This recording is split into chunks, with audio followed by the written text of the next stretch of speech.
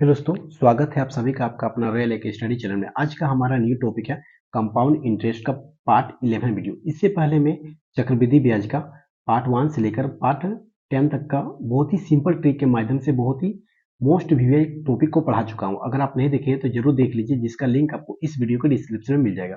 और ये चक्रवृद्धि ब्याज का पार्ट 11 है। इसमें हम लोग बहुत ही सिंपल ट्रिक के माध्यम से इस क्वेश्चन को सोल्व कराने के लिए अभी सीखेंगे। ठीक है, तो देखिए क्वेश्चन नंबर 1 क्या है कि एक धनराशि चक्रवृद्धि ब्याज द्वारा 3 वर्ष में 4,818 रुपया तथा 6 वर्ष में 7,227 रुपया हो जाती है, तो वह धनराशि क्या है। ठीक, तो हम लोग को धनराशि निकालना है।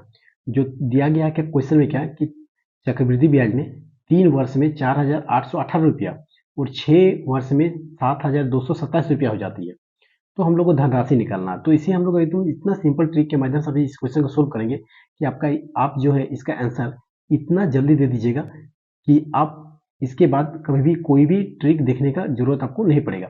देखिए ट्रिक क्या है, एकदम सिंपल सा ट्रिक है। इस ट्रिक के माध्यम से आप इस क्वेश्चन का आंसर जो है बहुत ही जल्दी दे सकते हैं। सबसे पहले इन दोनों में देखिए क्या कि इन दोनों डिजिट में सबसे छोटा मान क्या है। तो देखिए ये ट्रिक है, तो 4,818 रुपया और यह है 7,227 रुपया। तो इन दोनों में सबसे छोटा कौन है? तो इन दोनों में सबसे छोटा है 4,818 रुपया। तो जो छोटा होगा उसे आप 2 बार लिख लीजिएगा। ठीक है, 2 बार मल्टीप्लाई करके लिख लीजिए।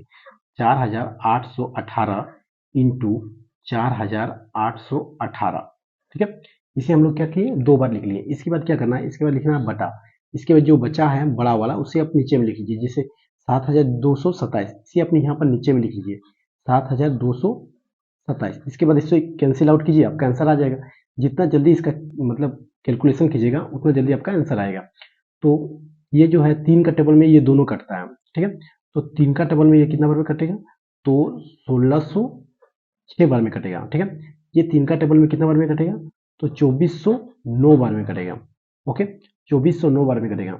इसके बाद क्या करना है कि देखिए 2409 को अगर 2 बार गुना करेंगे तो 4,818 आ जाएगा। तो ये 2 बार में आ जाएगा। 2409 को अगर 4,818 को काटेंगे तो ये आएगा 2 बार में। तो यहाँ पर बच गया हम लोग को 2, यहाँ पर बच गया 1606। तो 1606 को हम लोग 2 से मल्टीप्लाई कर लेते हैं, हम लोग आंसर आ जाएगा। तो 1606 को अगर 2 से गुना करेंगे तो हम लोग को जो आंसर आएगा वो आएगा कितना, तो 3,212। ये होगा हम लोग का आंसर।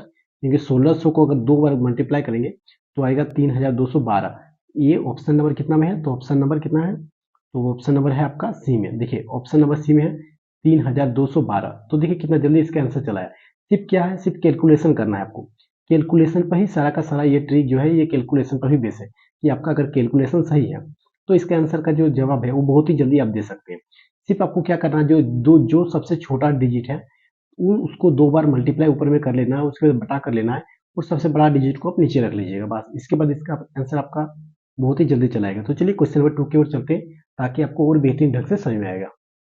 तो चलिए अब क्वेश्चन नंबर 2 को बनाने स्टार्ट करते हैं। क्वेश्चन नंबर 2 क्या है, कोई धनराशि चक्रवृद्धि ब्याज की दर से 5 वर्षों में 1,500 रुपया तथा 10 वर्षों में 2,000 रुपया हो जाती है, तो मूलधन ज्ञात कीजिए। ठीक है, इसे इसे भी हम लोग सेम ट्रिक के माध्यम से सोल्व करेंगे। जो क्वेश्चन नंबर 1 में ट्रिक यूज किए वैसे सेम सेम ट्रिक के माध्यम से इस क्वेश्चन को भी सोल्व करेंगे, क्योंकि इसमें हम लोग मूलधन निकालने के लिए बात किया गया है। तो सबसे छोटा डिजिट कौन सा है, देखिए दिया गया है 2,000 रुपया और एक दिया है 1,500 रुपया। तो सबसे छोटा कौन है, तो सबसे छोटा है 1,500। तो इस 1,500 को हम लोग को 2 बार गुना कर लेंगे। मतलब क्या करेंगे, तो 1,500 गुना 1,500। ओके, 1,500 गुना 1,500। इसके बाद क्या करना है कि जो सबसे बड़ा है उसे नीचे में लिख लीजिए।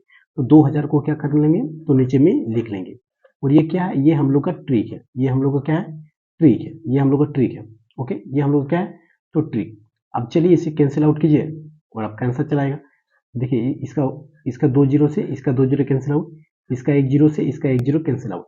इसके बाद 2 का टेबल में जो 150 है ये आता है आपका 75 बार में। कितना बार में आता है, 75 बार में 150 आता है। इसके 75 को अगर 15 से गुना कीजिएगा, तो मल्टीप्लाई कीजिएगा, गुना कीजिएगा 75 को 15 से, तो आपका जो आंसर आएगा वो आएगा कितना, 1125।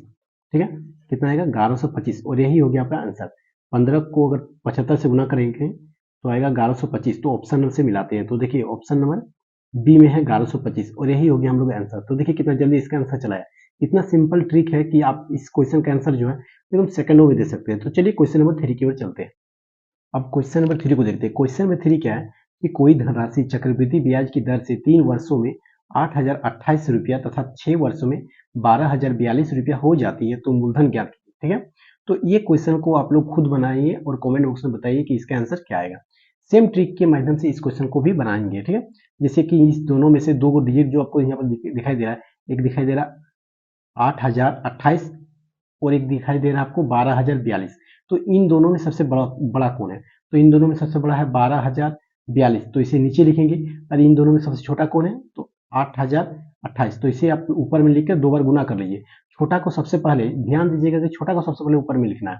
तो आप इस तरह से इसको कर सकते हैं कि 8,028 गुना, फिर इसको कीजिएगा 8,028, ओके।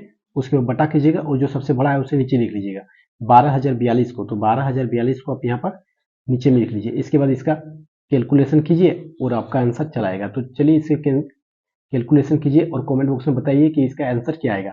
ये ए बी सी डी इन चारों का अंदर में ही एक आंसर है, तो जिसका सही आंसर होगा उसे मैं रिप्लाई करूंगा। ठीक है, तो चलिए मिलते हैं नेक्स्ट पार्ट में। और इसी तरह से अगर ट्रिक के माध्यम से आप अगर सीखना चाहते हैं क्वेश्चन बनाने के लिए तो आप हमारे साथ जुड़े रहें।